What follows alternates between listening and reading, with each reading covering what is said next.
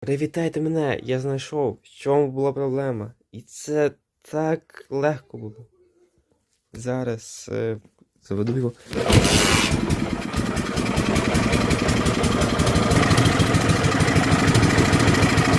Тут вона проблема в тому, що коромисло